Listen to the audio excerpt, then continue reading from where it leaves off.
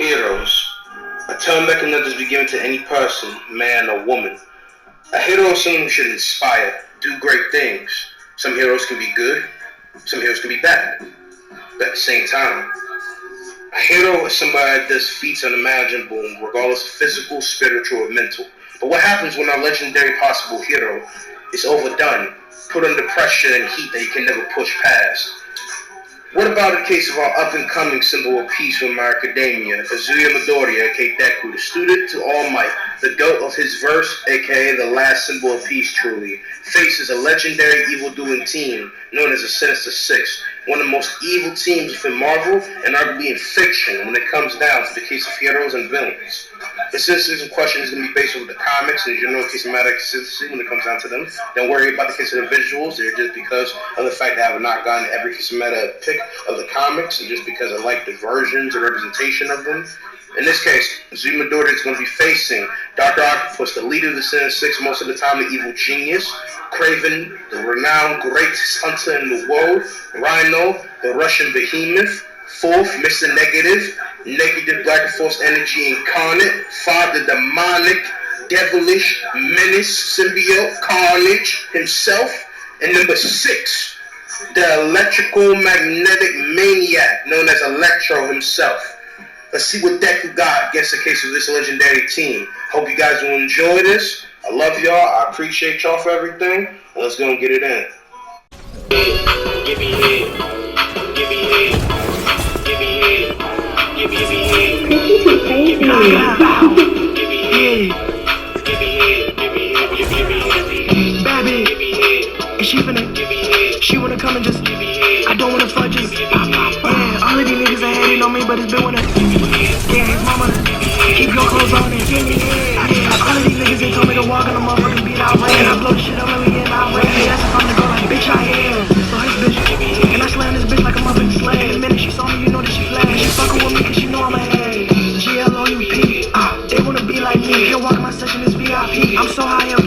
Sinister Six's greatest member, in my opinion, from a writing standpoint, Dr. Octavius, was a great engineer, technological supervisor, depending on the company within the verse, but in mainline comics, over at Oscorp, until his shit kept getting thrown to the wayside and being downformed to nothing but child's play and scrap in comparison to the greater works of people. And even when he did make marvelous creations, they were being taken and being shown out as new matter inventions by the case of Norman Osborn, and not actually rightfully his, as him being obviously the smarter of the two.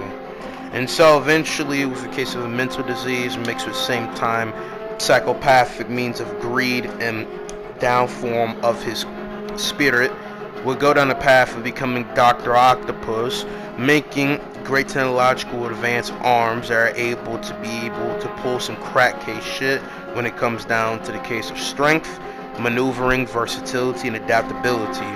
And his mind, with the case of his cerebrium, is able to make it move in multiple forms. Correct me if I'm wrong on this thing, but pretty much this man has multi-case of versatility within 4 arms.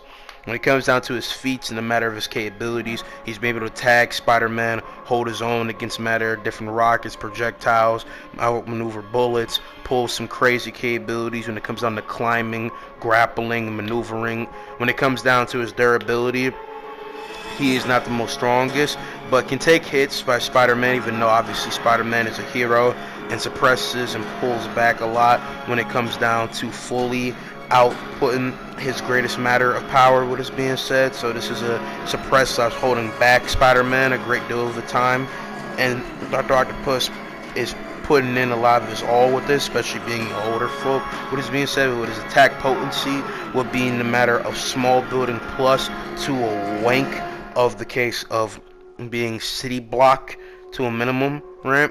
In the case of his speed being of supersonic to hypersonic to a great deal, with again maneuvering bullets, and to the case of outdoing rockets at a lower end stance against the case of Spider-Man, and maybe of a higher rank relativistic, but I never really seen him be strong, sharp, on the lane of being able to keep up with anything of light or even be faster than the sense of light or anything like that. So yeah, I would say that, that's a greater form, but I would say that's most of the time consistent from all alibis and research and a little bit of some tipping and help from the case of Versus Battle Wiki.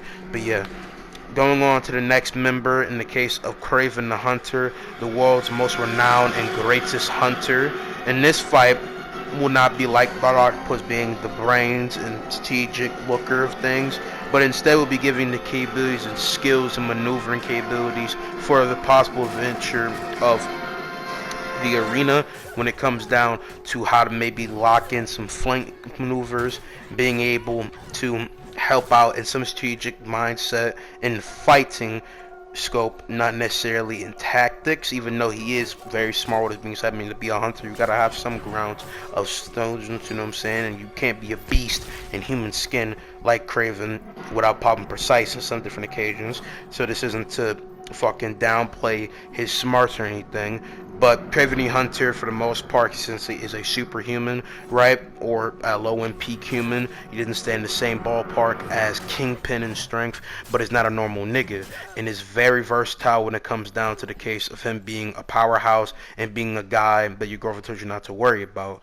And all when it comes down to his greater scope of skills and martial arts, hunting prowess, and capabilities, he is decked out with multi different things that will not do that much to Deku, but can hold him back, like gas grenades, flash bang grenades. It's a different case of matter of trickleized darts that would not be able to hit him, but with the right timing maybe could, right? But most times consistently will not. He has a rifle, has a dagger, case of different shape maneuvers, has very durable case of matter of vest and a lion hide like Hercules, and with this team, like I said, will be helping with strategic maneuvers, flank capabilities, and is a very experienced person. And against Spider-Man, even though holding back or preparized planning like poison and disorientation has been able to overpower him in some occasions, but isn't that durable, has been able to fall from great heights, has been hit into a car and survived, do different stuff. So he would scale from the wall level to arguably low small building, but I will put him at small building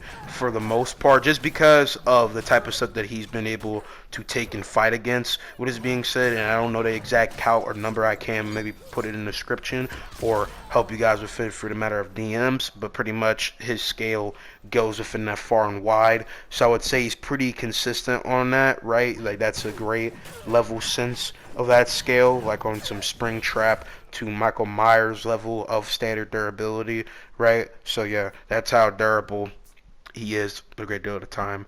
But for the next member of the Sinister Six, you have the case of my man Rhino, the Russian behemoth. Like I said before, Rhino is the greater deal muscle of the team, and Rhino is a very big broad dude, obviously, and will be here to go and hold the front line, hold the greater case of frontier mass of the battle, and put in work, being able to demolition through multi-case city blocks, be able to run through buildings, wreck different case of cars while just stomping through, being a behemoth that's able to take tank shots, take missiles, take bullets like no other. He's bulletproof, has been able to slam Spider-Man and whop this motherfucker damn near into next week. Now Spider-Man is holding back, but Rhino is a guy that has been contentious with Spider-Man, and Spider-Man kind of needs to put a little bit more of hard work and at the same time power footing within a matter of pushing against this man, because this man Rhino is very strong, has been able to hold his own against Luke Cage, even though Luke Cage has been able to outdo him, has been able to fight opposite to himself. Again, is able to run very fast and be very powerful. He's a brutacious case of matter, a fighter, depending on the occasion, and obviously is this juggernaut ass dude. So he's very powerful. His durability is out the book. He can even get out of his own suit a lot of times in his versions across the comics and adaptations. So he's going to be very hard to break open, but even then, that's in the stance of taking in different capabilities of this form of fight.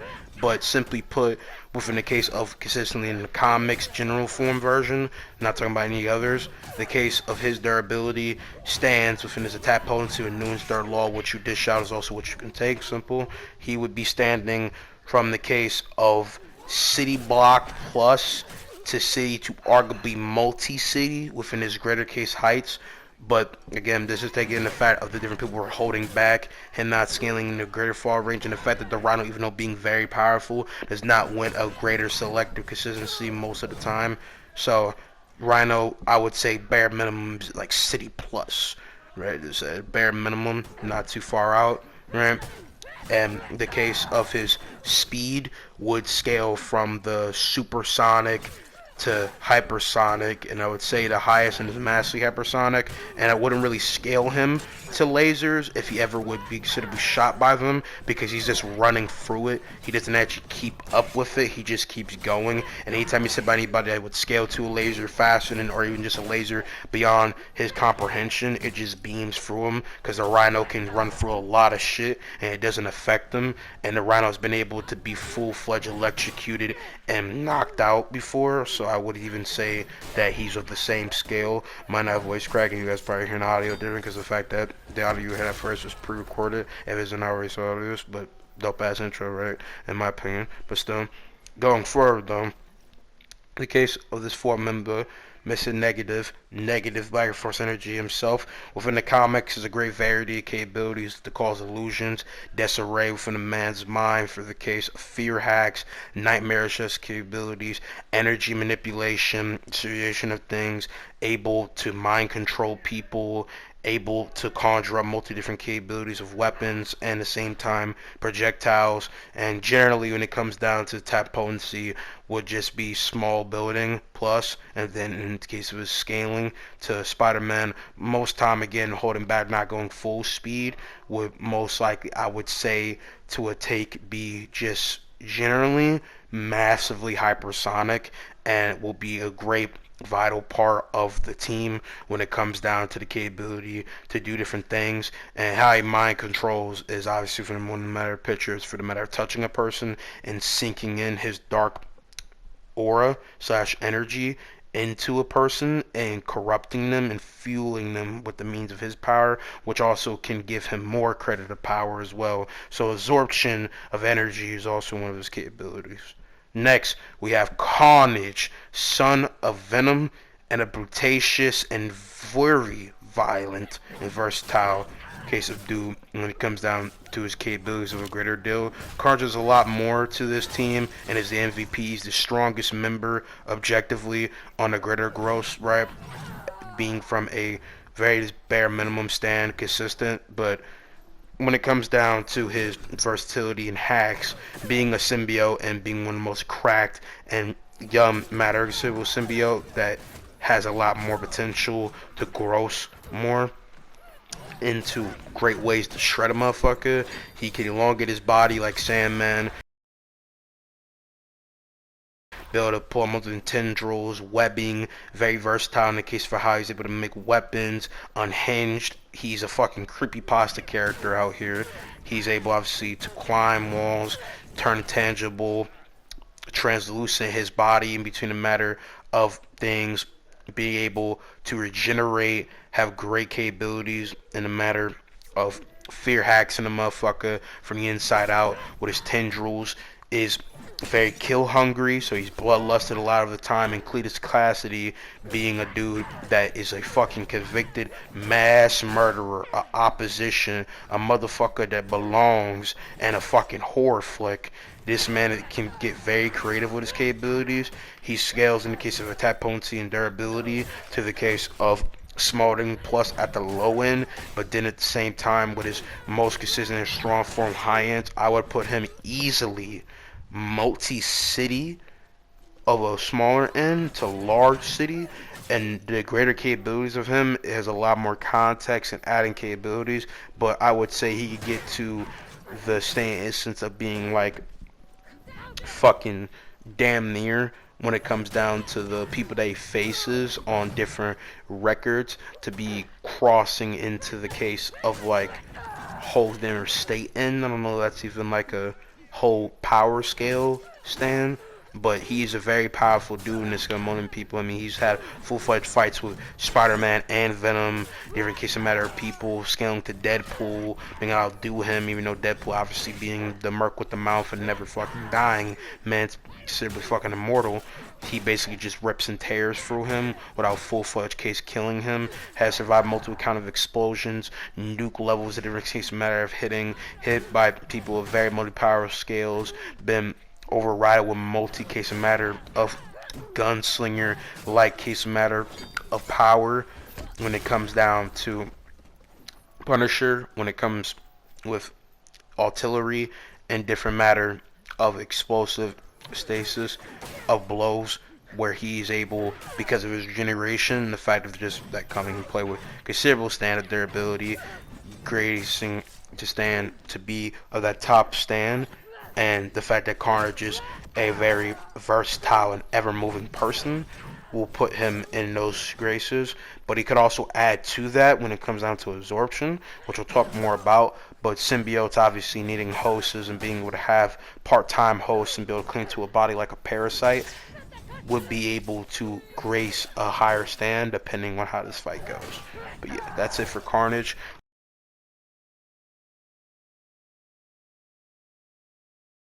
Last member, Electro. Electro, obviously from the name, controls electricity, can spray out lightning like shit if he needs to. When it comes down to his electric capabilities, harness electricity, electromagnetically duplicate and register new electricity in different parts to be able to grace more power and use it in multi different forms. He's able to fly, able to damn near teleport with speed, able to blip between different points, able to suck out the electricity out of a person's body if he wants to. He's able to duplicate himself in between electrical capabilities, discharge electricity to others, bolt a motherfucker's heartbeat back in place. And is a very versatile, like everybody damn near here, but is more varied in different credit capabilities because of him having unlimited, I repeat, unlimited capability to use his powers, and is a very hardcore, booming different power scope of power. So yeah, I mean, I just think when it comes down to just wage of power, Electro is the GOAT of the team there, but obviously the MVP on the greater scope of stuff would be Carnage because of what he can all around do and his overlasting stuff. And yeah, that's pretty much it for the Sinister Six. With this being said, time to talk about Deku. Izuku Midoriya, aka Deku, student to All Might, the symbol of peace before, as now a new symbol of peace currently in My Academia, Endeavor is the symbol of peace obviously, and the second greatest hero within the world of My Academia. But Deku is on the rise to become that, and showcasing that him and his allies and a bunch of other people can be symbols of peace if they want to. But him is obviously the strongest of his class, and at the same time a behemoth in all different matter of power showcasing, stands in a whole different ballpark. So to talk about Deku in a greater sense, everything that I talked about when it comes down to All Might, in his prime to old, stands in the same matter of stand as Deku to even greater, as Deku has upscaled All Might and has a bunch of different accounts of him at this point, easily being stronger than All Might, surpassing every regard of what was said about All Might at his peak, and at the end of his tenure has all these different statements from him proudly crowning Deku as the GOAT, him, you know what I'm saying? So he's higher than old All Might and even prime in every record different statement about him. Doesn't mean that he can stand to every lane of capability, hacks, and feats, but if anything, is just way more stronger than him, has way more better potential, and shines that out. Especially because, unlike with All Might, where because the power of All for One, for instance, in comparison, is something that is singular as a selfish form thing, but the power of One for All, with this being said, you know, is casting power aside. Deku being a prodigy of this power, and the fact that he, like All Might, did not have a quirk and was gifted one, but him, because of considerably the plot and the fact that Deku again is a prodigy, is so uniquely inept with these powers that he's able to take in multi different capabilities of all of One for All. And like the case of his master slash mentor, his hero, All Might, he would be able to greatly use a great kinetic energy burst of air and strength and speed at the same time to move and at the same time pull some crazy great ass shit. And he can use his fist, fingers, pulsate his body with great deal of speed and electricity, have electric webs, sonic speed and movement, easily have super speed, can run on walls, glide, damn near fly, has all these crazy capabilities, and has showcased himself as being able to best the best of the best villains in multi different occasions, what is being said. And within the rogues gallery of My Academia, if you would call it that, he has shined a great deal of capabilities beyond comprehension, and has showcased that he's the best of the best when it comes down to heroes. Now, for the capabilities that he has from a AP and durability standpoint, he would be country level at a bare minimum in consistency, but you could arguably say he's multi-country at the highest rank. This is obviously from upscaling his mentor, All Might, who's easily that, and same time scaling above multi-different kind of characters that would say to be threats to Japan, countries, or be contingent with him, or be stronger than All Might, like Red Mask dude on the screen, the last My Academia movie, aka the third movie in the Tentacle trilogy, where that villain is able to pretty much Uno reverse card kinetic energy a motherfucker, and he, in this case, Deku, was able to outdo his power reflection and best him. So yeah, it's pretty confident to say that he's easily of that lane, and I will put him in the country to multi-country level of tier. Now for speed, easily relativistic like All Might, like I said, when it comes down to the stuff about All Might, and at the same time being easily in the sense of damn near fast as light, you know what I'm saying, or faster than light, you know what I'm saying, because Vistic is to a speed considerably and going more, but you know, you could easily say that not as strongly consistent from what I've seen and what has been shown, but this goes again to people that scale to, scaling to lightning, scaling to Todoroki, Bakugo, who's the same thing, facing Zero people, you know, being easily on that same level of stuff. So yeah, pretty much it when it comes down to Deku, with AP durability mixed with that, and at the same time speed. And he has a lot of hacks, you know, I can't go over all of them, but you can just go watch a whole Deku thing to see about that. But yeah, that's pretty much it for him. Now talk about how this fight will go down. How this fight will go down is going to be a very interesting thing depending on how you want to take it. See, everyone else on this is except for Carnage, as y'all probably will know if you guys have been paying attention, which I hope you guys have, because I feel like this pretty solid video so far with a mix of editing and my commentary. Now, I haven't said how fast Carnage is, and if you guys read comics or would expect someone that bangs out with Spiderman and those are these different things, know that Carnage is the fastest member of the team of the Sinister Six that we have here, and most importantly is the strongest, obviously being the MVP for the greater deal, right? But the thing is, regardless of his speed, he realistically shouldn't be able to hurt Deku, as how fast Carnage is massively faster than light, as great as high inconsistency, as the greater deal would, you know, be heavenly within it, but he easily be like that because scaling to Spider-Man, scaling to his father Venom, and other case of matter of characters that are in the same sense of ballpark of speed, and scale to Spider-Man on multi-case of occasions, right? So he's easily massively faster than light. Every other person is going between supersonic to hypersonic to massively hypersonic, and maybe considerably at a wing, not as consistent, but considerably could be there, is relativistic, okay? Deku is a bunch of times more strongly relativistic than any of the other Sinister Six members, and so easily would outdo them, and has the capabilities and hacks, has the capabilities in AP to outdo them. So Deku would annihilate them And the only person that could possibly try to survive and maybe within a possible maneuver is Carnage.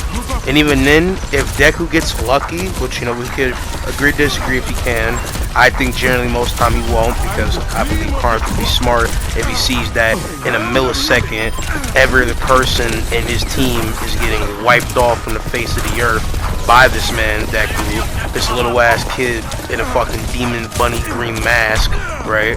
So he would try to go and get around him, and Deku have a hard time catching up with him and perceiving him, right?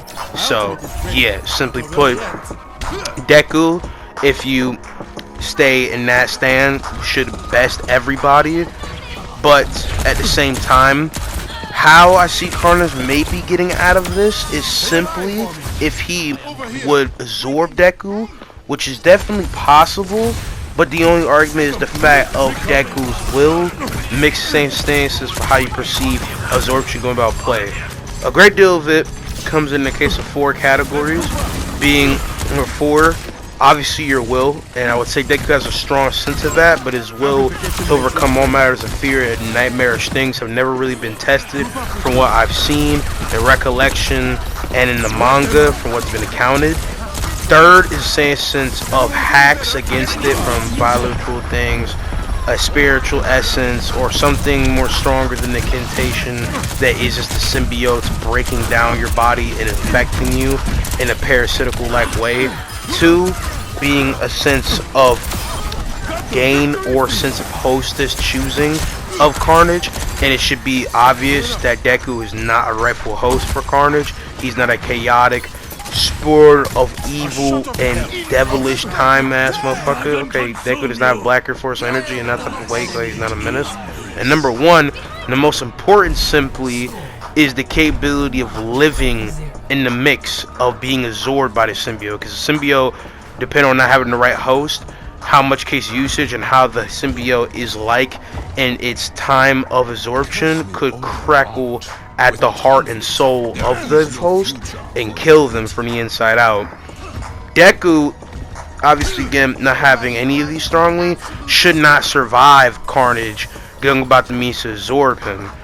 And it's kind of mixed consistent if Carnage would go about this, but after again seeing all his friends get bodied and the fact that Deku would be on the move to try to get him too, it would be his best option. So Cletus would let Carnage go, and the Carnage symbiote would try to go and absorb Deku, which is very possible. And unless Deku gets lucky to like fucking flick his fucking little finger at Carnage's forehead to annihilate him instantly, there's no way that Carnage should be donezo in this case. So if he absorbs him, Deku should die slowly, or Carnage should have enough case matter of free will power to be able to overrun him and take him out. And if we equal the stats with everybody, you know what I'm saying, then the Sinister Six should have a considerably more better chance. But I think Deku beats every Sinister Six member that I stated here, with this being said, because his capabilities, hacks, his rogues gallery themselves, and I believe in Deku from our record and capabilities, and you know, obviously his hacks and stuff. And yeah, that's pretty much it for the fight. I hope you guys have enjoyed the case of the Sinister Six versus Deku. I hope you guys have learned something about Deku. You know, some people would downplay him and say he's not that strong. And you know, and maybe in the grand scope he isn't. But Deku isn't just a slouch depending on the person that he fights in fiction or just a conversation. You know what I'm saying? And yeah, I hope you guys have enjoyed. I'm going to see you guys in the next one. Peace out, mommy. Love y'all.